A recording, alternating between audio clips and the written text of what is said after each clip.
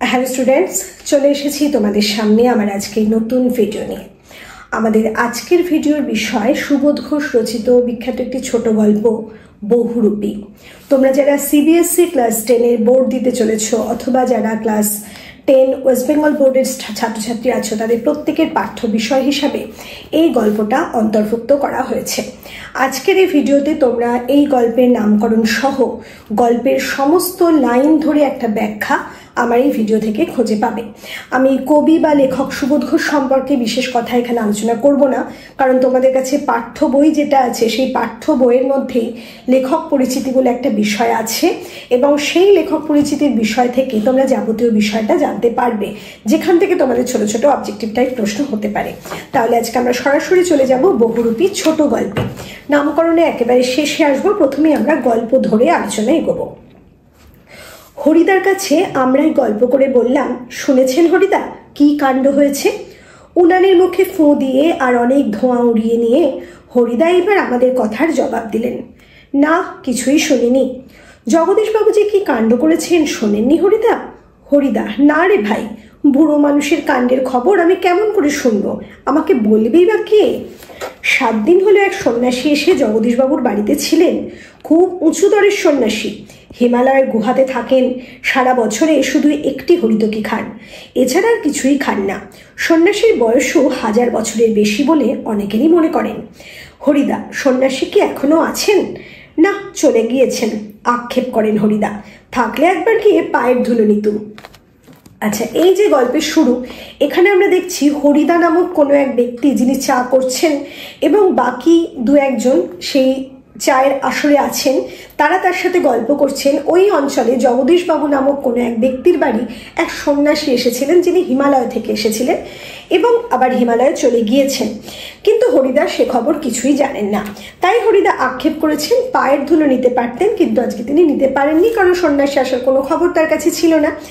এই যে ছোট ছোট বিষয় আক্ষেপ করেন হরিদা, এখান থেকে তোমাদের স্যাম্পল পেপারে কিন্তু প্রশ্ন এসেছিল যে কে আক্ষেপ করেন, কি বিষয় আক্ষেপ করেন। কাজে ছোট ছোট বিষয়গুলোর দিকে কিন্তু অবশ্যই নজর রাখবে, কারণ তোমাদের 1 মার্কের প্রশ্ন অথবা এমসিকিউ টাইপের যে প্রশ্নগুলো আসে কিংবা 2 মার্কসের প্রশ্ন যেগুলো আসে, সেখানে কিন্তু এই ধরনের লাইন তুলে অনেক সময় প্রশ্ন করা হয়। তোমরা যদি টেক্সট ভালো করে না পড়ো তাহলে কিন্তু এই আনসারগুলো দিতে পারবে না। যাই হোক, এবার আমরা দেখি সেই ঘটনা কি হলো। তা পেতেন না হরিদা, সে ভয়ানক দুর্লভ জিনিস। শুধুই একা জগদীশবাবু ছাড়া আর কাউকে পায়ের ধুলো নিতে দেননি সন্ন্যাসী। হরিদা, কেন? জগদীশবাবু একজোড়া কাঠের খড়মে সোনার বোল লাগিয়ে সন্ন্যাসীর পায়ের কাছে ধরলেন। তখন বাধ্য হয়ে সন্ন্যাসী পা এগিয়ে দিলেন, নতুন খড়ম পড়লেন, আর সেই ফাঁকে জগদীশবাবু পায়ের ধুলো নিয়েছিলেন। তাহলে বুঝতেই পারছো যে সন্ন্যাসী যিনি এসেছিলেন তিনি সোনার প্রলোভনে কিন্তু ওই পা বাড়িয়ে দিয়েছিলেন এবং খড়মটি পায়ে পড়েছেন।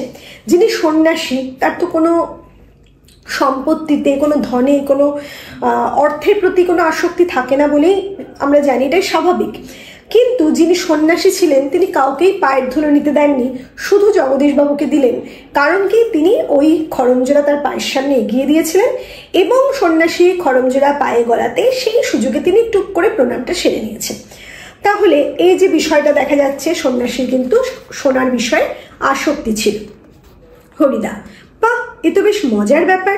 হ্যাঁ, তাছাড়া সন্ন্যাসীকে বিদায় দেওয়ার সময় জগদীশবাবু 100 টাকার একটা নোট জোর করে সন্ন্যাসীর ঝোলার ভিতরে ফেলে দিলেন। সন্ন্যাসী হাসলেন আর চলে গেলেন। অতএব বোঝা যাচ্ছে সন্ন্যাসী 100 টাকার নোটও কিন্তু গ্রহণ করেছে, সন্ন্যাসী ছেড়ে দেয়নি। আমরা জানি সন্ন্যাসীরা সাধারণত যারা সন্ন্যাস গ্রহণ করে, প্রকৃত সন্ন্যাসী, তারা কিন্তু বেশি অর্থের লোভ তাদের থাকে না, তারা ভিক্ষা করে খায়, খাবার অন্নটা শুধুমাত্র ভিক্ষার মাধ্যমে জোগাড় করে। এক্ষেত্রে জগদীশবাবুর বাড়িতে যে সন্ন্যাসীর আগমন হয়েছিল বলে আমরা শুনছি, তিনি শুধু খড়মজোড়া সোনার সোনা লাগানো খড়মজোড়াই নিয়েছেন তা নয়, তিনি 100 টাকার নোটও হাসি মুখে গ্রহণ করেছেন। এরপর হরিদা কি বলছেন, বাহ, এ তো বেশ মজার ব্যাপার। হ্যাঁ, তাছাড়া সন্ন্যাসীকে বিদায় দেবার সময়, এটা হয়ে গেল, গল্প শুনে খুব গম্ভীর হয়ে গেলেন হরিদা। অনেকক্ষণ চুপ করে রইলেন। আমরা কি বলছি বা না বলছি সেদিকে হরিদার যেন কান নেই। হরিদার উনানের আগুন তখন বেশ গনগন হয়ে জ্বলছে। আমাদের চায়ের জন্য 1 হাঁড়ি ফুটন্ত জল নামিয়ে দিয়েই হরিদা তার ভাতের হাঁড়িটাকে উনানে চড়ালেন। শহরের সবচেয়ে সরু এই গলিটার ভিতরে এই ছোট্ট ঘরটাই হরিদার জীবনের ঘর, আর আমাদের চারজনের সকাল সন্ধ্যার আড্ডার ঘর। চা, চিনি আর দুধ আমরাই নিয়ে আসি। হরিদা শুধু তার উনানের আগুনের আঁচে জল ফুটিয়ে দেন। তাহলে হরিদার একটা সামান্য পরিচয় আমরা পেয়ে যাচ্ছি কি, শহরের বড় রাস্তার মধ্যে কিন্তু একটা সরু গলি আছে, সেই সরু গলিতে ছোট্ট একটা ঘরে হরিদা নামক মানুষটি থাকেন এবং তিনি সকাল সন্ধে ওই চারজনকে নিয়ে আড্ডায় বসেন। সেখানে চায়ের আসর বসে, কিন্তু হরিদার কাজ শুধু তার উনুনে জলটা ফুটিয়ে দেওয়া, আর চারজন যারা আসেন তারাই চা, চিনি, দুধ সবটা সাথে নিয়ে আসে। খুবই গরিব মানুষ হরিদা, কিন্তু কাজ করতে হরিদার প্রাণের মধ্যেই যেন একটা বাধা আছে।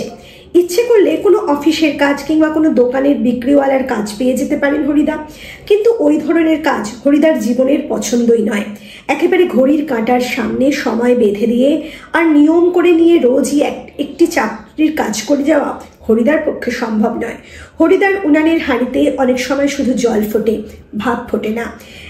এই একঘেয়ে অভাবটাকে সহ্য করতে হরিদার আপত্তি নেই, কিন্তু একঘেয়ে কাজ করতে ভয়ানক আপত্তি। তার মানে হরিদার মানুষটা, যাকে আমরা হরিদা হিসেবে পাচ্ছি, তার সম্পূর্ণ চারিত্রিক বৈশিষ্ট্যই বলতে গেলে এখানে ধরা পড়ছে। এই হরিদা মানুষটা সম্পূর্ণ নির্লোভ। বিলাস বাসনের প্রতি তার কোনো আকর্ষণ নেই, অর্থের প্রতি তার কোনো চাহিদা নেই। সে একটা এমন জীবন ধারণ করতে চায়, মানে জীবন যাপন করতে চায়, যে জীবনে একঘেয়েমি নেই, যে জীবনে ঘড়ি ধরে সময় নির্ধারিত করে রোজ কাজে বেরোতে হয় না এবং ঘরে ঢুকতে হয় না, যে কাজটা হরিদা নিজের ইচ্ছে মতো করতে পারেন। এবং সেই কারণে হরিদা তার জীবনে বৈচিত্র্য খুঁজে আনতে গিয়েই এরকম জীবন বেছে নিয়েছেন। এখানে গল্প কথক যিনি, তিনি বলছেন হরিদা চাইলে কিন্তু যে কোনো অফিসে কোনো কাজ, বিক্রিওয়ালার কাজ বা কোনো সেরকম কোনো জব কাজ আর কি খুঁজে নিতেই পারেন, কিন্তু এক্ষেত্রে হরিদা সেরকম কাজ খুঁজে নেন না। অর্থাৎ হরিদার এরকম কাজ পছন্দ নয়। সময়ের মাপকাঠিতে নিজেকে তিনি ধরে রাখতে চান না। তিনি বৈচিত্র্যময় জীবনে নিজের স্বাধীন একটা কিছু করতে চান। সেটা কি, সেটাও আমরা পরে শুনবো। হরিদার জীবনে সত্যিই একটা নাটকীয় বৈচিত্র্য আছে। এই যে লাইনটা, এই লাইনটাও কিন্তু তোমাদের জন্য খুব ইম্পর্টেন্ট। এই লাইনটা তুলেও তোমাদের প্রশ্ন হতে পারে হরিদা কে, তার জীবনের নাটকীয় বৈচিত্র্য কি। এবার আমরা আসছি সেই বিষয়ে, আর সেটাই যে হরিদার জীবনের পেশা। হরিদা মাঝে মাঝে বহুরূপী সেজে যেটুকু রোজগার করেন তাতেই তার ভাতের হাঁড়ির দাবি মিটিয়ে দিতে চেষ্টা করেন। এখানে আমরা যে বহুরূপী শব্দটা পেলাম, সেখানে বোঝা যাচ্ছে যে হরিদা মানুষটি বহুরূপী সেজে অর্থ রোজগার করেন। তোমরা অনেকেই জানো যে বহুরূপী শব্দটা আজকের দিনে খুব বেশি শোনা যায় না। একেবারে গ্রামের দিকে, বিশেষত বাঁকুড়া, বীরভূম জেলায় কিছু কিছু গ্রামে, একেবারে হতদরিদ্র শ্রেণীর মধ্যে কিছু কিছু জায়গায় এই বহুরূপী শব্দটা এখনো আছে এবং তারা তাদের পেশাটাকে এখনো বজায় রেখেছে। না হলে বেশিরভাগ জায়গায় কিন্তু এই পেশাটা আর দেখা যায় না। অনেক আগে আমরা দেখেছি যে শরৎচন্দ্র চট্টোপাধ্যায়ের যে শ্রীকান্ত উপন্যাস আছে, সেখানে এক ছিনাত বহুরূপীর কথা আমরা পেয়েছিলাম। সেই বহুরূপী যে বাঘ সেজে ভয় দেখাতো, সেই বহুরূপী যে মানুষকে বিভিন্ন রকম সময় বিভিন্ন রকমের সাজে মানুষের সামনে হাজির হতো, মানুষ আনন্দ পেত, তাকে অর্থ দিত। সামান্য গরিব মানুষ, গ্রামগঞ্জে মানুষ কত আর টাকা দেবে, 1 পয়সা 2 পয়সা 3 পয়সা, কখনো কখনো এভাবেই তার রোজগারটা হতো। কিন্তু এই যে হরিদা সেই বহুরূপী সাজে নিজেকে বিভিন্ন রূপে সাজাতে, বিভিন্ন রঙে সাজাতে তিনি পছন্দ করেন। আসলে হরিদা মানুষটা নির্দিষ্ট কোনো পেশাকে পছন্দ করেন না। তিনি মনে করেন ওই যে তিনি যখন যে রূপটার মধ্যে যান, সেই রূপটার মধ্যে কিন্তু নিজেকে খুঁজে পান, নিজেকে সম্পূর্ণ অভিব্যক্ত করে তোলেন মানুষের মধ্যে। আর সেই কারণেই কিন্তু আমরা পরবর্তীকালে দেখব হরিদাকে বহুরূপী সাজে অনেকেই কিন্তু চিনতে পারে না, যারা খুব পরিচিত তারা ছাড়া। কারণ বহুরূপী সাজটা শুধু বাহ্যিক সাজ নয়, তার মধ্যে একটা অভিনয় লুকিয়ে থাকে। যে অভিনয়টা প্রকট না হলে সেই বহুরূপী সাজটা কিন্তু ব্যর্থ হয়ে যায়। এখানে হরিদার মধ্যে আমরা সেই অব্যর্থ অভিনয়টা দেখতে পাই। এরপর কি দেখা যাচ্ছে, মাঝে মাঝে সত্যি উপোস করেন হরিদা। তারপরে একদিন হঠাৎ আবার এক সকালে কিংবা সন্ধ্যায় বিচিত্র ছদ্মবেশে অপরূপ হয়ে পথে বের হয়ে পড়েন। কেউ চিনতে পারে না, যারা চিনতে পারে 1 আনা 2 আনা বকশিস দেয়, যারা চিনতে পারে না তারা হয় কিছুই দেয় না কিংবা বিরক্ত হয়ে 2-1 পয়সা দিয়ে যায়। আচ্ছা, বুঝতে পারছো, মাঝে মাঝে সত্যি উপোস করেন হরিদা। অর্থাৎ এই যে মাঝে মাঝে উপোস করেন, তার মানে মাঝে মাঝে তিনি কাজে বেরোন না। অর্থাৎ কাজে বেরোনোটা, বহুরূপী সেজে মানুষকে আনন্দ দেওয়াটা, সেটাও তার মানসিক স্বাধীন একটা ব্যাপার। তিনি যদি মনে করেন তবে বেরোন, তিনি যদি মনে না করেন যে আমি বেরোবো না, তাহলে বেরোন না। সম্পূর্ণ স্বাধীন এক জীবন কাটাবার জন্যই হরিদা এই বহুরূপী সাজটাকে বেছে নিয়েছে তার পেশা হিসাবে। সবসময় অর্থ পাওয়া যায় না। যারা চেনে হরিদাকে, যারা ভালোবাসে হরিদাকে, তারা অর্থ দেয়, কিন্তু অচেনা মানুষেরা সবসময় অর্থ দেয় না। হয়তো কাজের সময় ওরকম একটা বহুরূপী সাজ, তারা খুব বিরক্ত হয়ে যায়, বিরক্ত হয়েও কখনো কখনো হয়তো বাধ্য হয়ে অন্যরা দিচ্ছে দেখে অর্থ দেয়, এরকম একটা বিষয়। একদিন চকের বাস স্ট্যান্ডের কাছে ঠিক দুপুরবেলাতে একটা আতঙ্কের হল্লা বেজে উঠেছিল। খুব মাথায় রাখবে কোথায় ঘটনাটা ঘটেছিল। চকের বাস স্ট্যান্ডের কাছে। কখন ঘটেছিল? দুপুরবেলা। আতঙ্কের হল্লা বেজে উঠেছিল, মানে একটা ভয়ের বাজনা যেন বেজে উঠেছিল, একটা আতঙ্কের শব্দ শোনা গেছিল। সকলের মধ্যে থেকে হয়তো একটা আতঙ্কের শব্দ শোনা গিয়েছিল, তাকে আতঙ্কের হল্লা বলা হচ্ছে। একটা উন্মাদ, পাগল, এখানে উন্মাদ মানে পাগল, পাগল শব্দটাকে দুবার ব্যবহার করে এই বিষয়টার উপর জোর দেওয়ার জন্য লেখক ব্যবহার করেছে। তার মুখ থেকে লালা ঝরে পড়ছে, চোখ দুটো কটকটে লাল, তার কোমরে একটা ছেঁড়া কম্বল জড়ানো, গলায় টিনের কৌটোর একটা মালা। পাগলটা একটা থান ইট হাতে তুলে নিয়ে বাসের উপরে বসা যাত্রীদের দিকে তেড়ে যাচ্ছে। চেঁচিয়ে উঠছে যাত্রীরা, দুটো একটা পয়সা ফেলেও দিচ্ছে। মানে এই বহুরূপী সাজে সে নিজেকে একেবারে পাগল প্রমাণ করার জন্য থান ইট তুলে যাত্রীদের দিকে ধেয়ে যাচ্ছে। সে ছুড়বে না, কিন্তু যারা চেনে না তাকে, যারা একেবারে নতুন, তারা তো ভয় পাবে যে পাগলটা এক্ষুনি বোধহয় ইটটা ছুঁড়ে মেরে দেবে, তাই আতঙ্কের হল্লা উঠেছিল, ভয় পেয়ে গিয়েছিল সবাই। একটু পরেই বাসের ড্রাইভার কাশীনাথ ধমক দেয়। এই যে বাসের ড্রাইভারের নামটা বললাম কাশীনাথ, তার নামটাও কিন্তু মনে রাখবে, তোমাদের এমসিকিউ এর জন্য খুব প্রয়োজন। কাশীনাথ ধমক দেয়, এখান লাইনটা তুলেও প্রশ্ন হতে পারে। খুব হয়েছে হরি, এইবার সরে পড়ো, অন্যদিকে যাও। ওটা কি একটা বহুরূপী? বাসের যাত্রীরা কেউ হাসে, কেউ বা বেশ বিরক্ত হয়, কেউ আবার বেশ বিস্মিত। সত্যি খুব চমৎকার পাগল সাজতে পেরেছে তো লোকটা। অর্থাৎ আমাদের মানুষ তো সবাই সমান মনের হয় না, সবাই কিন্তু সমানভাবে আনন্দটাকে গ্রহণ করতেও পারে না। সবাই নিজেদের কাজে অনেকে ব্যস্ত থাকে, সেই কাজের মধ্যে হঠাৎ করে এরকম একটা বিষয়কে তারা পাগলামি বলে মনে করে। পাগল সাজাটাও একটা পাগলামি, তাদের সময়ের অপচয়, এই যে ভয় পেয়ে গেলাম, একটা বিরক্ত, এটাও আমরা দেখতে পাচ্ছি। কাজে সমাজের মানুষেরও একটা অদ্ভুত চিত্র, যেখানে মানুষ বহুরূপী, বিভিন্ন রূপে মানুষ নিজেকে দেখাচ্ছে, সেটাও কিন্তু এই গল্পের বিষয়। হরিদার জীবনে এরকম বহু রূপের খেলা দেখিয়ে এরকম চলে যাচ্ছে। এই শহরের জীবনে মাঝে মাঝে বেশ চমৎকার ঘটনা সৃষ্টি করেন বহুরূপী হরিদা। সন্ধ্যার আলো সবে মাত্র জ্বলেছে, দোকানে দোকানে লোকজনের ব্যস্ততা আর মুখরতাও জমে উঠেছে। হঠাৎ পথের উপর দিয়ে ঘুঙুরের মিষ্টি শব্দ রুমঝুম করে বেজে বেজে চলে যেতে থাকে। এক রূপসী বাইজি নাচতে নাচতে চলে যাচ্ছে। শহরে যারা নতুন এসেছে তারা দুই চোখ বড় করে তাকিয়ে থাকে, কিন্তু দোকানদার হেসে ফেলে, হরির কাণ্ড, এটা একটা বহুরূপী নাকি? কারো কারো মুগ্ধ চোখের মোহভঙ্গ হয়, আর যেন বেশ একটু হতাশ স্বরে প্রশ্ন করে ওঠে। এই যে দেখছি আর একটা হরিদার রূপ, মানে সরি, হরিদার বহুরূপী সাজের আর একটা সাজ আমরা দেখতে পাচ্ছি। প্রথম সাজটা কি দেখলাম খেয়াল রাখবে, পাগল। দ্বিতীয় সাজ আমরা কি দেখতে পাচ্ছি না, একটা বাইজির রূপ। বাইজি আর কিছু নয়, তৎকালীন সময়, মানে আগেকার দিনে, এখন খুব একটা বাইজি শোনা যায় না, এক সময় এই বাইজি প্রথা ছিল। নর্তকীরা, বিভিন্ন নর্তকী তাদের সাথে গাইয়েও থাকতো, আবার কখনো এই বাইজিরা নিজেরাও গান গাইতেন, বাজনদার সবই থাকতো। যে আসর বস্তু, সেই বাইজির কথাই কিন্তু এখানে বলা হয়েছে।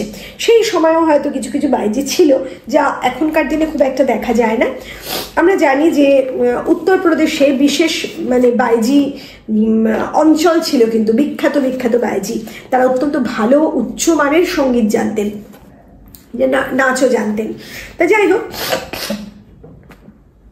যখন একজন দোকানদার চিনতে পেরে বলছে হরির কাণ্ড, সন্ধ্যার মধ্যে অন্ধকার নেমে এসছে, সেই সময় ঘুঙুরের মিষ্টি শব্দ ঝুমঝুম করে বাজতে বাজতে যাচ্ছে, হরিদা চলেছে বাইজির সাজে। এবার অনেকে মুগ্ধ চোখে সেই নর্তকীকে দেখছিল, বাইজির গান শুনতে, বাইজির নৃত্য কৌশল দেখতে অনেকেই পছন্দ করে, তারা মুগ্ধ হয়ে দেখছিল। তারা হয়তো ভাবতে শুরু করেছিল যে এই বাইজির কাছে তারা যাবে গান শুনতে বা নাচ দেখতে। কিন্তু হঠাৎ এই যে দোকানদার বলে উঠলো হরির কাণ্ড, তখন তারা অবাক হয়ে গেল, এ কোনো বহুরূপী, এবং কেউ কেউ হতাশ হয়ে উঠলো যে তাহলে সত্যিকারের বাইজি এখানে নেই, এরকম একটা বিষয়। তার মানে প্রত্যেকটা বিষয় বুঝতে পারছো যে বহুরূপী সাজের মধ্যে দিয়ে কিভাবে হরিদা যখন যেভাবে সাজছে সেই চরিত্রে নিজেকে গড়ে তুলতে পারছে। তা না হলেও ওই সাজটা অতটা প্রকট হতো না। বাইরের সাজে যে সাজ নয়, তোমার অভিনয়টাও যে যথাযথ হতে হবে বহুরূপী সাজের মধ্যে, অর্থাৎ তোমাকে একাত্ম হয়ে যেতে হবে, এটা কিন্তু হরিদার বৈশিষ্ট্য। এরপর আমরা কি দেখলাম, বাইজির ছদ্মবেশে সেদিন হরিদার রোজগার মন্দ হয়নি। মোট 8 টাকা 10 আনা পেয়েছিলেন। এটাও মাথায় রাখবে, বাইজির সাজে সেদিনকে হরিদা মোট কত টাকা পেয়েছিলেন? 8 টাকা 10 আনা। আমরাও দেখেছিলাম এক একটা দোকানের সামনে গিয়ে দাঁড়াচ্ছে সেই রূপসী বাইজি, মুচকি হেসে আর চোখ টিপে একটা ফুল সাজি এগিয়ে দিচ্ছে। ফুল সাজি মানে ফুল রাখবার যে সাজি। দোকানদারও হেসে ফেলে আর একটা সিকি তুলে নিয়ে বাইজির হাতের ফুল সাজির উপর ফেলে দেয়। কোনোদিন বাউল, কোনোদিন কাপালিক, কখনো বোচকা কাঁধে বুড়ো কাবুলিওয়ালা, কখনো হ্যাট কোট প্যান্টুলুন পরা ফিরিঙ্গি কেরামিন সাহেব। একবার পুলিশ সেজে দয়ালবাবুর লিচু বাগানের ভিতরে দাঁড়িয়েছিলেন হরিদা। স্কুলের 4টে ছেলেকে ধরেছিলেন, ভয়ে কেঁদে ফেলেছিল ছেলেগুলো। আর স্কুলের মাস্টার এসে সেই নকল পুলিশের কাছে ক্ষমা চেয়েছিলেন, এবারের মতো মাফ করে দিন ওদের। কিন্তু 8 আনা ঘুষ নিয়ে তারপর মাস্টারের অনুরোধ রক্ষা করেছিলেন সেই নকল পুলিশ হরিদা। অতএব হরিদা কি কি সাজে বহুরূপী সাজত সেটাও কিন্তু এখানে লেখা আছে। কখনো কাপালিক, কখনো বাউল, কখনো বোচকা কাঁধে কাবুলিওয়ালা। কাজে এই নামগুলো কিন্তু তোমরা লার্ন করবে, তোমাদের ছোট প্রশ্নের জন্য খুব ইম্পর্টেন্ট। আর একটা গল্প এখানে দেওয়া হলো, মানে বহুরূপী সাজের গল্প। যেদিন দয়ালবাবুর লিচু বাগানে, কার বাগানে সেটাও মাথায় রাখবে, দয়ালবাবুর লিচু বাগানে দাঁড়িয়েছিল কে না হরিদা পুলিশের সাজে। আর ছোট ছোট ছেলে, স্কুলের ছেলে, তারা লিচু চুরি করতে ঢুকেছিল। আর পুলিশ বহুরূপী হরিদাকে দেখে তারা কিন্তু চিনতে পারেনি, এবং বহুরূপী সাজে সেদিন এত অভ্যর্থ নাটক করেছিলেন এই হরিদা যে স্কুলের হেডমাস্টার সেদিন সেখানে উপস্থিত হয়ে তাকে কিন্তু 8 আনা ঘুষ দিয়ে গিয়েছে। তাহলে সমাজের একটা চিত্র এখানে ধরা পড়ছে গল্পের মধ্যে। ঘুষ দেওয়ার যে প্রথা পুলিশকে, সেটা তৎকালীন সময় থেকেই বজায় ছিল। তৎকালীন সময় বললে ভুল হয়, আরো অনেক আগে থেকেই বজায় ছিল এবং তৎকালীন সময়েও ছিল। পরদিন অবশ্য স্কুলের মাস্টারমশাইয়ের জানতে বাকি থাকেনি কাকে তিনি 8 আনা ঘুষ দিয়েছেন। কিন্তু মাস্টারমশাই একটুও রাগ করেননি, বরং একটু তারিফই করলেন। বা সত্যি খুব চমৎকার পুলিশ সেজেছিল হরি। আজ এখন কিন্তু আমরা ঠিক বুঝতে পারছি না হরিদা এত গম্ভীর হয়ে কি ভাবছেন। এগুলো হরিদার সম্পর্কে আলোচনা গেল। আমরা যেখানে শুরু করেছিলাম, মানে হরিদার চায়ের দোকানে 4 জন গল্প করছিল, সেই জগদীশ বাবুর বাড়িতে সন্ন্যাসীর গল্প বলছিল, সেই পরিবেশে সেই সময়ে আমরা আবার ফিরে এলাম। এবার কি হলো, বরং একটু তারিফই করলেন, বা সত্যিই খুব চমৎকার পুলিশ। না সরি, আজ এখন কিন্তু আমরা ঠিক বুঝতে পারছি না হরিদা এত গম্ভীর হয়ে কি ভাবছেন।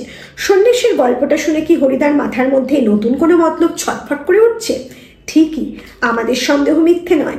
হরিদা বললেন, আজ তোমাদের একটা জবর খেলা দেখাবো। আমাদের দেখিয়ে আপনার লাভ কি হরিদা?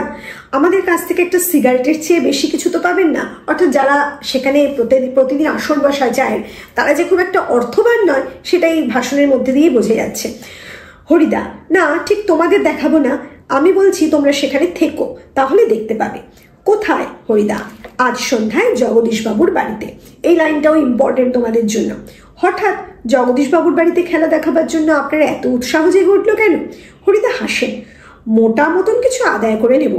বুঝতেই তো পারছো, পুরো দিনটা রূপ ধরে ঘুরে বেরিয়েও 2-3 টাকার বেশি হয় না। তাহলে বহুরূপী সেজে হরিদা প্রতিদিন 2-3 টাকার বেশি রোজগার করতে পারে না? এটা একটা ইম্পর্টেন্ট প্রশ্ন। একবার বাইজি সেজে অবশ্যই কিছু বেশি পাওয়া গিয়েছিল, কিন্তু ওতেই বা কি হবে? ঠিকই বলেছেন হরিদা, সপ্তাহে বড়জোর একটা দিন বহুরূপী সেজে পথে বের হন হরিদা, কিন্তু তাতে 7 দিনের পেট চলবার মতো রোজগার হয় না। হরিদা বলেন, না, এবার আর কাঙালের মতো হাত পেতে বকশিস নেওয়া নয়, এবার মারিত হাতি লুঠিত ভান্ডার।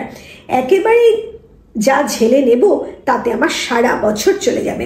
হরিদা ফন্দি করেছেন যে একটা নতুন খেলা দেখাবেন। এতদিন যে ছোট ছোট পয়সা তিনি হাত পেতে নিতেন, এবার আর সেটা হবে না। এবার লুঠিত ভান্ডার, নাহলে মারিত হাতি।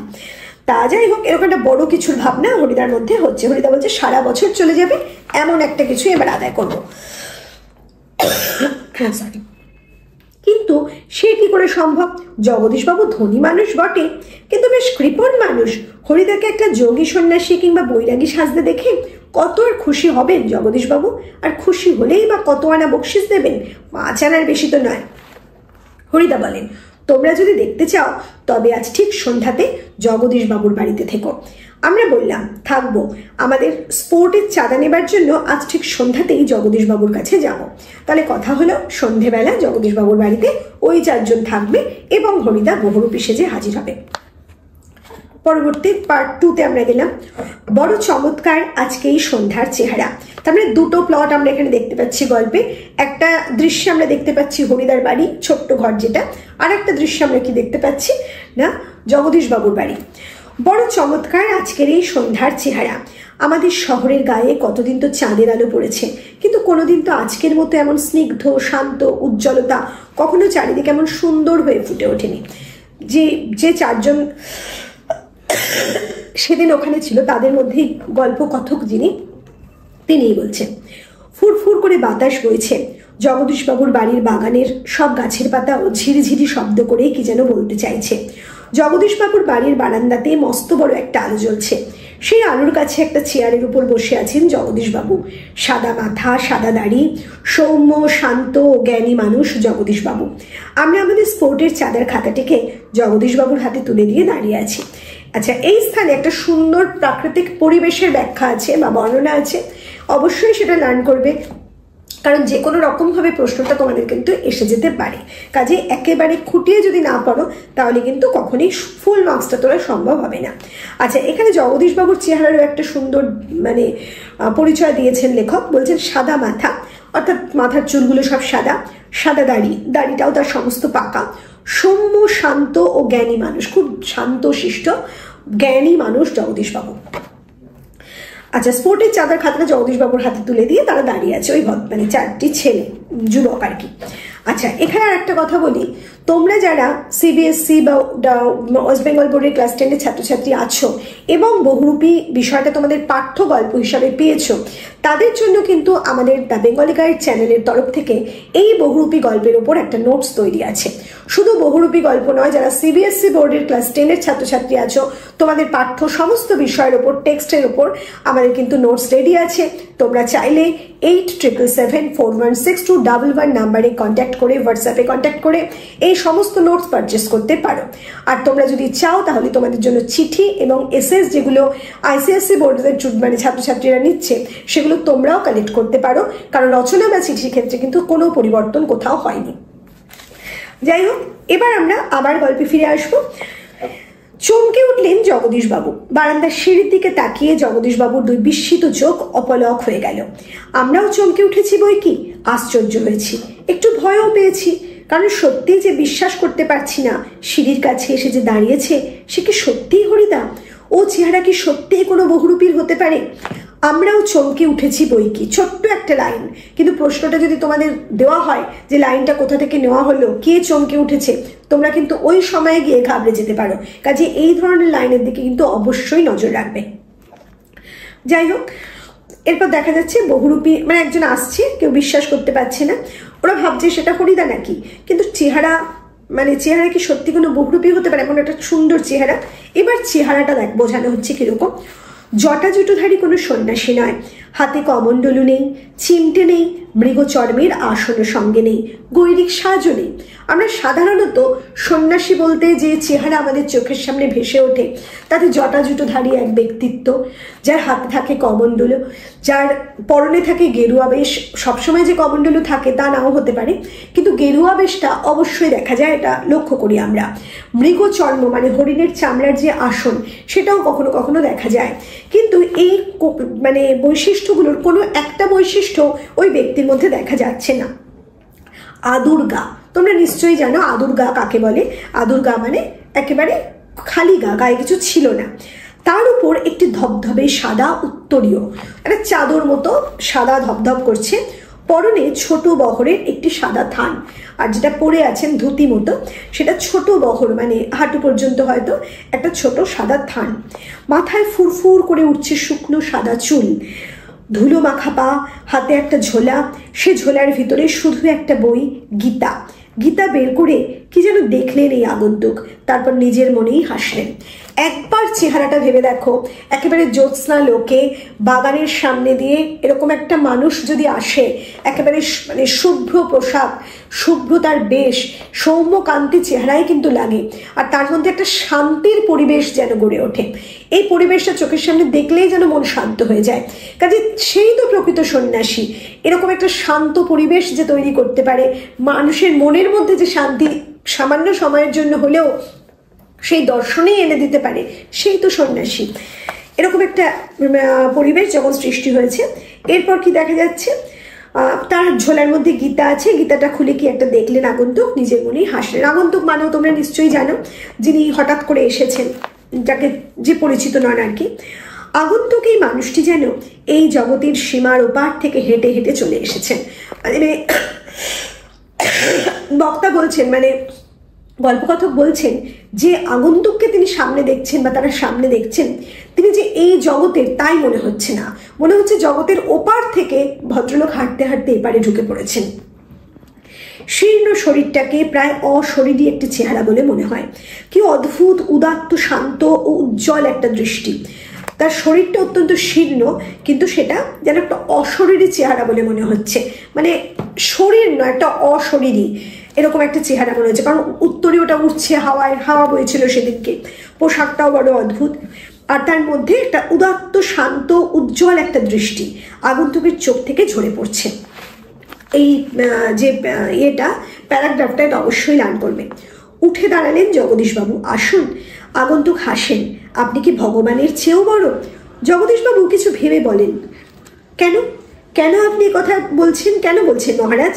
আমি মহারাজ নই, আমি এই সৃষ্টির মধ্যে এক কণা ধুলি, কিন্তু আপনি বোধ হয় 11 লক্ষ টাকার সম্পত্তির অহংকারে নিজেকে ভগবানের চেয়েও বড় বলে মনে করেন, তাই ওখানেই দাঁড়িয়ে আছেন, নেমে আসতে পারছেন না। প্রথমেই জগদীশবাবুকে একটা ধাক্কা দিয়েছেন ওই আগন্তুককে দেখে জগদীশবাবু উঠে দাঁড়িয়েছেন। উঠে দাঁড়িয়ে বলছেন, আপনি কোথা থেকে আসছেন মহারাজ? মানে বলছে কেন আপনি, সরি মহারাজ বলেনি, আসুন বলেছে। আগন্তুক হেসেছে, বলেছে আপনি কি ভগবানের চেয়ে বড়? জগদীশবাবু অবাক হয়ে গেছে, বলছে কেন এ কথা বলছেন, কেন? একটা অদ্ভুত লেগেছে কথাটা, কেন বলছেন। তার সাথে বলছে, আমি কিন্তু মহারাজ নই, আমি এই সৃষ্টির মধ্যে একটা ধূলিকণা মাত্র। মানে জগৎ, সমগ্র জগৎটা, বিশ্ব ব্রহ্মাণ্ড একটা বৃহৎ সৃষ্টি, সেখানে একটা ধূলিকণা কত ক্ষুদ্রাতি ক্ষুদ্র ব্যাপার, অণুপরমাণুর ব্যাপার, বুঝতেই পারছো।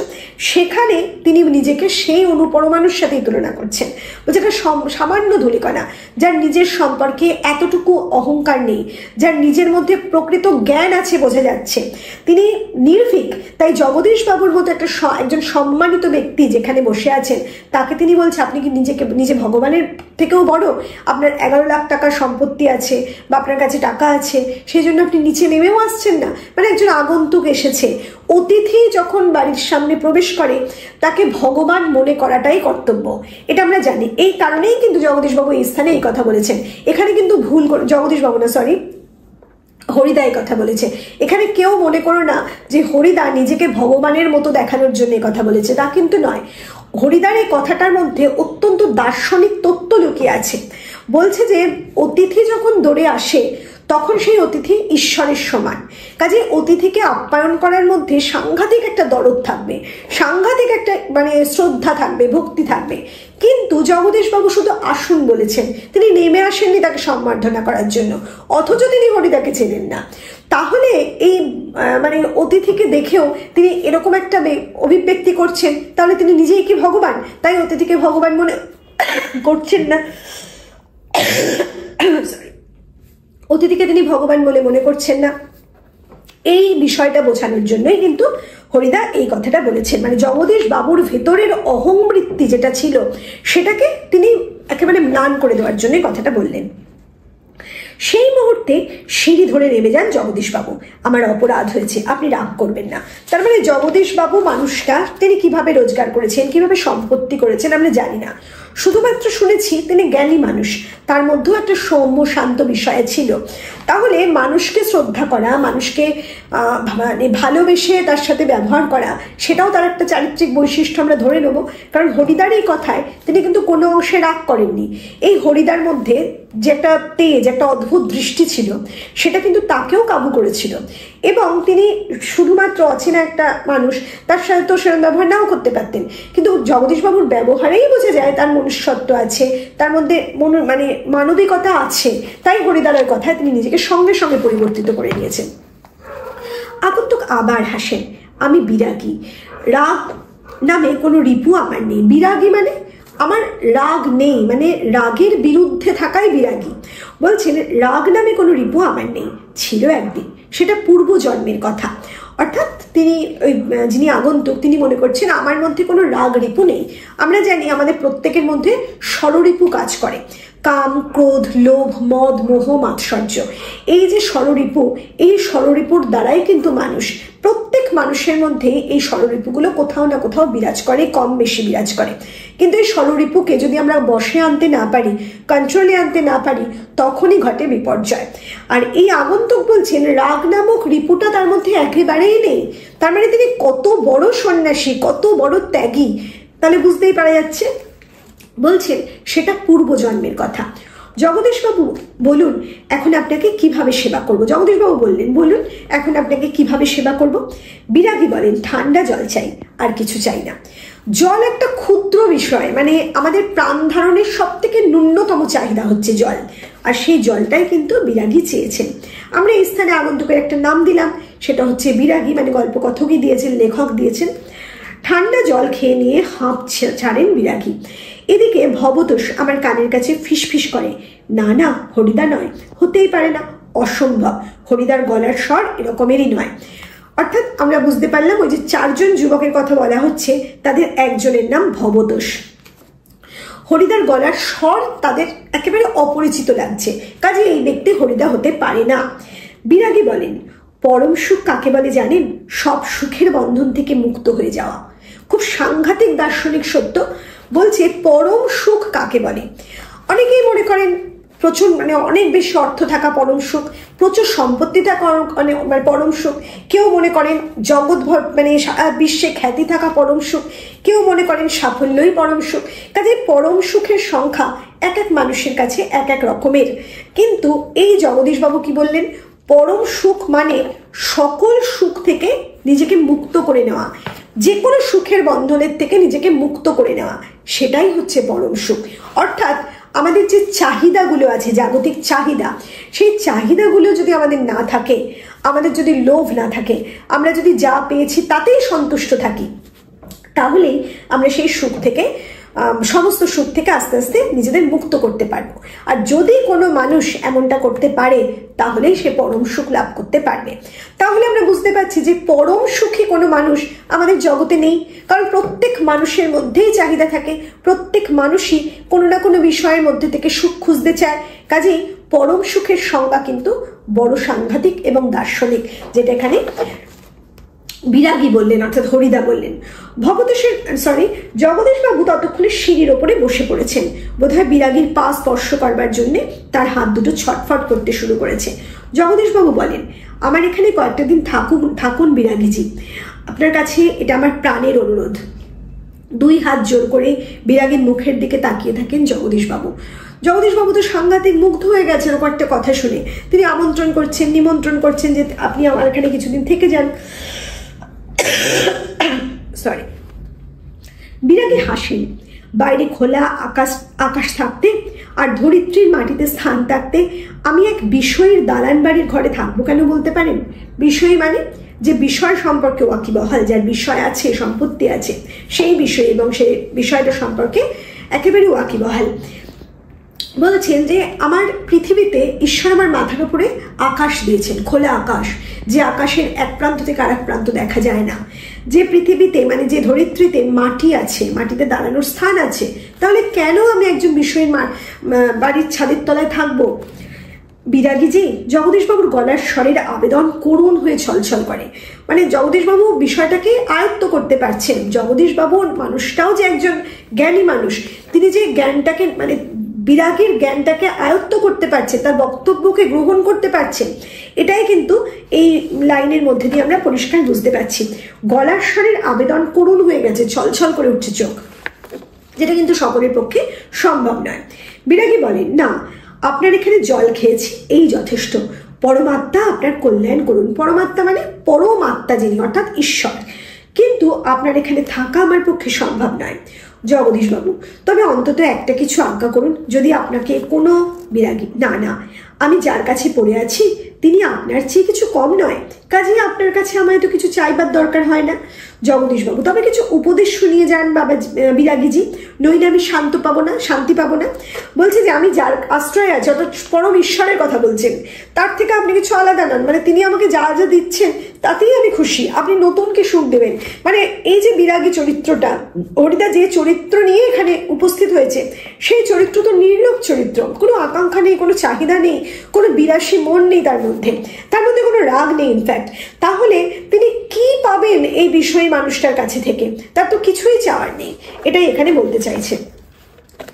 এরপর দেখা যাচ্ছে জগদীশবাবু তাকে অনুরোধ করছেন যে তাহলে কিছু একটা উপদেশ আমাকে দিন যাতে করে আমি শান্তি পাই। বিরাগী, না না, আমি যার কাছে, না সরি, বিরাগী এবার বলছেন, ধন জন যৌবন কিছুই নয় জগদীশবাবু, ওসব হলো সুন্দর সুন্দর এক একটি বঞ্চনা। এই যে ধন জন যৌবন কিছুই নয় জগদীশবাবু, ওসব হলো সুন্দর সুন্দর এক একটি বঞ্চনা। এই ওসব হলো সুন্দর সুন্দর এক একটি বঞ্চনা লাইনটা থেকে প্রশ্ন আসতে পারে, কোনগুলো সুন্দর সুন্দর বঞ্চনা? সেটা হচ্ছে ধন, জন এবং যৌবন। এটাও একটা দার্শনিক সত্য। দেখো, হরিদা সামান্য একজন বহুরূপী হয়ে এই সত্যটা বুঝতে পেরেছেন, কারণ তার মধ্যে লোভ নেই। নির্লোভ মানুষই এটা উপলব্ধি করতে পারে। বলছে ধন, জন, যৌবন। পৃথিবীতে 3 রকম মানুষ আছে। কোনো মানুষ ধনের আকাঙ্ক্ষায় একেবারে মত্ত হয়ে আছে। কোনো মানুষ জন, মানে প্রচুর খ্যাতি হবে তার, প্রচুর মানুষ তাকে চিনবে, এই জনের আশঙ্কা, মানে এতেই খ্যাতিতেই, এই চেষ্টাতেই একেবারে নিজেকে বিলীন করে দিচ্ছে। এরপর হচ্ছে যৌবন। আর কিছু মানুষ আছে নিজের সাজসজ্জা, পোশাক, নিজেকে কতক্ষণ যৌবন ধরে রাখতে পারবে, তাকে কতক্ষণ সুন্দর দেখাবে, এরকম একটা বিষয়ে বিশ্বাসী। তাহলে বিরাগী যিনি হরিদা, তিনি বুঝতে পেরেছেন ধন, জন, যৌবন এই কোনো কিছুই কিন্তু চিরস্থায়ী নয়। এই সব কিছুই এক একটা সুন্দর সুন্দর বঞ্চনা। বঞ্চনা কাকে বলে? যে জিনিসটা আমরা মনে করি আছে, আমাদের প্রচন্ড ভালো করবে, কিন্তু সেই জিনিসটা আমরা সত্যিকারের সমগ্র দিনের জন্য, সমগ্র সময়ের জন্য পেলাম না, আমাদের বিশ্বাস ভেঙে সেটা চলে গেল, সেটাই বঞ্চনা। এখানে কেউ যদি মনে করে যে ধন, যে সম্পত্তি আমি করেছি তার সারা জীবন রক্ষা করতে পারবো, এই ধন কোনোদিন যাবে না, শেষ হবে না, কখনোই সেটা হতে পারে না। একদিন না একদিন সময় আসবে যেদিন সমস্ত ধন শেষ হবে। যৌবনও ধরে রাখা যায় না, আস্তে আস্তে মৃত্যুর দিকে প্রত্যেকটা মানুষকে এগিয়ে চলতে হয়। আর হচ্ছে জন, এই জন মানে প্রত্যেক মানুষের যে মৃত্যু হয়, এটা বলছি, সেই মৃত্যুর মধ্যে থেকেই জনসংখ্যা কমে এবং আস্তে আস্তে মানুষের সংখ্যা কমতে থাকে। এবং আমি যখন যৌবন হারাতে থাকি, বৃদ্ধ বয়স আমার আসতে থাকে, তখন আমার কাছ থেকে কিন্তু পরিজন সংখ্যা কমতে থাকে। যারা এতদিন আমাকে ভিড় করেছিল সেই মানুষগুলোও কিন্তু আস্তে আস্তে সরতে থাকে। অর্থাৎ তুমি যখন উজাড় করে দিতে পারবে ততক্ষণ তোমার কাছে প্রচুর ভিড়, যখন তুমি নিঃস্ব তখন কিন্তু তোমার কাছ থেকে আস্তে আস্তে মানুষ সংখ্যা কমে যাচ্ছে। কাজে কোনো কিছুই চিরস্থায়ী নয় আমাদের এই বিশ্ব সংসারে। আর এগুলো কি? এগুলো সুন্দর সুন্দর এক একটি বঞ্চনা। খুব সুন্দর এক্সাম্পল দিয়েছেন বা উদাহরণ দিয়েছেন এখানে বিরাগী। মন প্রাণের সব আকাঙ্ক্ষা নিয়ে শুধু সেই একজনের আপন হতে চেষ্টা করুন, যাকে পেলে এই সৃষ্টির সব ঐশ্বর্য পাওয়া হয়ে যায়। আচ্ছা, আমি চলি। একেবারে পরম ঈশ্বরের কথা বলেছেন এখানে। যে কথা আমরা গীতায় পাই সেই কথাই এখানে আমরা দেখতে পাচ্ছি, যে একমাত্র উদ্দেশ্য হচ্ছে পরমাত্মার সাথে মিলন। এখানে আত্মা থেকে পরমাত্মা, সাংঘাতিক একটা মানে দার্শনিক সত্য এবং আমাদের যে গীতার বাণী সেটাই কিন্তু এখানে তুলে দেওয়া হলো। আত্মার মিলন যখন হয় পরমাত্মার সাথে, সেখানেই কিন্তু চরম শান্তি, পরম পাওয়া। সেটাই কিন্তু বিরাগীও আর একবার বলে গেলেন এই জগদীশবাবুর সম্মুখে। বলছেন একজনের আপন হতে চেষ্টা করুন, এই একজনটাকে একেবারে পরমাত্মা, ঈশ্বর, যাকে পেলে সরি, এই সৃষ্টির মানে বিশ্বর ব্রহ্মাণ্ড, এই সৃষ্টির সব ঐশ্বর্য পাওয়া হয়ে যায়। আচ্ছা আমি চলি। ঈশ্বরকে পাওয়া মানেই কিন্তু মানে তার সাথে মিলিত হয়ে যাওয়া, মৃত্যুর কথা বলা হচ্ছে এখানে। সেই দিনই আসলে সব থেকে শান্তির দিন, এটাই এখানে বলা হচ্ছে। জগদীশবাবু বলেন, আপনি একটা মিনিট থাকুন বিরাগীজি। সিঁড়ির ওপরে অচঞ্চল হয়ে একটা মিনিট দাঁড়িয়ে রইলেন বিরাগী, মানে কোনো রকম চাঞ্চল্য নেই তার মধ্যে। এক মিনিট তিনি দাঁড়িয়ে রইলেন। আজকের চাঁদের আলোর চেয়েও স্নিগ্ধ হয়ে এক জ্যোৎস্না যেন বিরাগীর চোখ থেকে ঝরে পড়ছে। বিরাগীর চোখ থেকে একটা জ্যোতি দেখতে পাচ্ছে ওই চারজন, মানে যিনি বিশেষ করে কথক। ভবতোষ ফিসফিস করে, না না, ওই চোখ কি হরিদার চোখ হতে পারে? অসম্ভব। তারা যে চোখ হরিদার দেখেছে সেই চোখ এখানে কিন্তু দেখতে পাচ্ছে না। জগদীশবাবুর হাতে একটা থলি, থলির ভিতরে নোটের তারা। বিরাগীর পায়ের কাছে থলিটাকে রেখে দিয়ে ব্যাকুল স্বরে প্রার্থনা করেন জগদীশবাবু, এই প্রণামী, এই সামান্য 101 টাকা গ্রহণ করে আমাকে শান্তি দান করুন বিরাগীজি। আপনার তীর্থ ভ্রমণের জন্য এই টাকা আমি দিলাম। সেদিনকার 100 টাকা কিন্তু এখন 1 লক্ষ টাকা নয়, তার থেকেও বহু বেশি টাকা। কাজে সেই সময়ের 100 টাকা ওই সন্ন্যাসীকে দান মানে ওই বিরাগী মানে জগদীশবাবু যে ভীষণ ধনী একজন ব্যক্তিত্ব সেটা আমরা বুঝতে পারছি। বিরাগী হাসেন, আমার বুকের ভিতরেই যে সব তীর্থ, ভ্রমণ করে দেখবার তো কোনো দরকার হয় না। জগদীশবাবু, আমার অনুরোধ বিরাগীজি। জগদীশবাবু তাকে টাকাটা দান করে বলছেন যে আপনাকে অর্থটা দিচ্ছি, আপনি বিভিন্ন জায়গায় ভ্রমণ করে দেন, মানে ভ্রমণ করবেন, সে কাজে লাগবে। বিরাগী কি বলছে, আমার বুকের মধ্যেই তো সমস্ত তীর্থ। আসলে তিনি তো পরমাত্মার সন্ধান পেয়েছেন নিজের মধ্যে। আমরা সবাই জানি যে প্রত্যেক মানুষের মধ্যেই ঈশ্বরের বাস। এটা স্বামী বিবেকানন্দও বলে গিয়েছেন যে মানুষ নিজের মধ্যেই তার ঈশ্বরকে খুঁজে পান। আর এই খুঁজে পাওয়াটা বিরাগী পেয়েছে। সে বলছে যে আমার নিজের মধ্যে, বুকের মধ্যেই তো সব তীর্থ, তাহলে তীর্থ ভ্রমণ করে আমার কি হবে? ভ্রমণ করে তো একবার দরকার হয় না। জগদীশবাবু, আমার অনুরোধ বিরাগীজি। জগদীশবাবু তা অনুরোধ করছেন। বিরাগী বলেন, আমি যেমন অনায়াসে ধুলো মারিয়ে চলে যেতে পারি, তেমনি অনায়াসে সোনাও মারিয়ে চলে যেতে পারি। কি সাংঘাতিক একটা বক্তব্য, যেটা কিন্তু কোনো মানুষ সহজে বলতে পারে না। বলছে ধুলোর সাথে সোনার তুলনা। যে আমাদের শ্রীরামকৃষ্ণ পরমহংসদেব বলেছিলেন টাকা মাটি, মাটি টাকা। সেই কথাই যেন বিরাগীর মুখ থেকে আমরা শুনতে পাচ্ছি যে সোনাও তিনি মারিয়ে যেতে পারেন, অর্থাৎ টাকাও তার কাছে যা, অর্থও তার কাছে যা, সোনাও তার কাছে যাই, কোনো কিছুর সাথে কোনো পার্থক্য তিনি দেখেন না। বলতে বলতে সিঁড়ি থেকে নেমে গেলেন বিরাগী। 101 টাকার থলিটা সিঁড়ির উপরেই পড়ে রইল, সেদিকে ভুলেও একবার তাকালেন না বিরাগী। আমরা গল্পের পার্ট নাম্বার 3-তে আসছি। আবার আমরা দেখবো সেই ঘর। কি করছেন হরিদা? কি হলো? কই, আজ যে বলেছিলেন জবর খেলা দেখাবেন, সে কথা কি ভুলেই গেলেন? আজকে সন্ধ্যাটা ঘরে বসেই কাটিয়ে দিলেন কেন? বলতে বলতে আমরা সবাই হরিদার ঘরের ভিতরে ঢুকলাম। হরিদার উনানের আগুন তখন বেশ গনগন হয়ে জ্বলছে। উনানের ওপর হাঁড়িতে চাল ফুটছে, আর একটা বিড়ি ধরিয়ে নিয়ে হরিদা চুপ করে বসে আছেন। আমাদের দেখতে পেয়ে লজ্জিতভাবে হাসলেন। কি আশ্চর্য! চমকে ওঠে ভবতোষ। হরিদা, আপনি তাহলে সত্যিই বের হয়েছিলেন? আপনিই বিরাগী? হরিদা হাসেন। হ্যাঁ রে ভাই, ওই তো সেই সাদা উত্তরে ওটা পড়ে রয়েছে মাদুরের ওপর, আর সেই ঝোলাটা, আর সেই গীতা। অনাদি বলে, তার ওই যে চারজনের একজনের নাম ভবতোষ, একজনের নাম অনাদি আমরা পেলাম। এটা কি কাণ্ড করলেন হরিদা? জগদীশবাবু তো অত টাকা সাধলেন, অথচ আপনি একেবারে খাঁটি সন্ন্যাসীর মতো সব তুচ্ছ করে সরে পড়লেন। হরিদা, কি করব বল, ইচ্ছেই হলো না। শত হোক। ভবতোষ, কি? হরিদা, শত হোক। একজন বিরাগী সন্ন্যাসী হয়ে টাকা ফাঁকা কি করে স্পর্শ করি বল? তাতে যে আমার ঢং নষ্ট হয়ে যায়, তাতে যে আমার ঢং নষ্ট হয়ে যায়। যে বহুরূপী, যে বিভিন্ন সাজ সাজে, সেটা তার ঢং, মানে তার একটা বৈশিষ্ট্য। বলছে আমি সেজেছি বিরাগী সন্ন্যাসী, তাই সেজে আমি যদি টাকা স্পর্শ করি তাহলে আমার সাজ তো বৃথা। অর্থাৎ এই যে হরিদা, সে তার বহুরূপী সাজ নামক পেশাটাকে যে কত ভালোবাসে সেটা কিন্তু এখানে প্রমাণ। সে যদি পেশাটাকে ভালো না বাসত তাহলে কিন্তু লোভে পড়ে টাকাটা নিত। সে তার পেশাটাকে খর্ব করতে চায়নি। আর যদি সে সন্ন্যাসী সেজে ওই টাকাটা গ্রহণ করত, তাহলে ওই মুহূর্তে ওই বহুরূপী সাজটা তার ব্যর্থ হতো। কারণ বিরাগী মনে করেন, হরিদা মনে করেন যে যিনি সন্ন্যাসী তার মধ্যে কোনো লোভ থাকতে পারে না। আগে যে সন্ন্যাসীর কথা আমরা শুনলাম সে যে প্রকৃত সন্ন্যাসী নয় এটা কিন্তু হরিদা প্রমাণ করে দিল। হরিদা চুপ করে শুনেছে সব কথা, হরিদা কিন্তু একটা শিক্ষা দিল, একটা লেসন দিল এদের যে প্রকৃত সন্ন্যাসী কাকে বলে, এবং সেই সঙ্গে তার পেশাটার প্রতি, পবিত্র পেশার প্রতি তার যে শ্রদ্ধা কত বড় সেটাও সকলের কাছে প্রমাণ করে দিয়েছে হরিদা। ভবতোষ কি? হরিদা এরপর বলেছে, এটা কি অদ্ভুত কথা বললেন হরিদা। হরিদার এ কথার সঙ্গে তর্ক চলে না, আর বুঝতে অসুবিধে নেই। হরিদার জীবনের ভাতের হাঁড়ি মাঝে মাঝে শুধু জল ফুটিয়েই সারা হবে। অর্থাৎ আমরা আগেই শুনেছি কখনো কখনো শুধু জল ফোটে, চাল থাকে না। অর্থাৎ তার দারিদ্র যে পরিবেশ, মানে হরিদার জীবনের যে দারিদ্র সেটা খোঁজা সম্ভব নয়, অত খাঁটি মানুষের পক্ষে কখনোই সম্ভব নয়। অদৃষ্ট কখনো হরিদার এই ভুল ক্ষমা করবে না, এটা বলছে কে না, ওই গল্প কথক বলছে অদৃষ্ট কখনো তার ভুল ক্ষমা করবে না। অদৃষ্ট মানে কি? আমরা অদৃষ্ট নামক বিষয় বুঝি যেটা ঈশ্বরের পরিচালনা। বলছে ঈশ্বর কিন্তু বারে বারে, এটাও আর একটা কথা বলছে ওই গল্প কথক, যে বারবার মানুষকে সুযোগ দেওয়া হয় না। হরিদাকে একটা সুযোগ হয়তো ঈশ্বর দিয়েছিলেন, কিন্তু সেই সুযোগটাকে গ্রহণ করতে পারেনি হরিদা, তাই হয়তো হরিদার চাল, মানে হাড়ির চাল সবসময় ফুটবে না। এরপর কি হলো?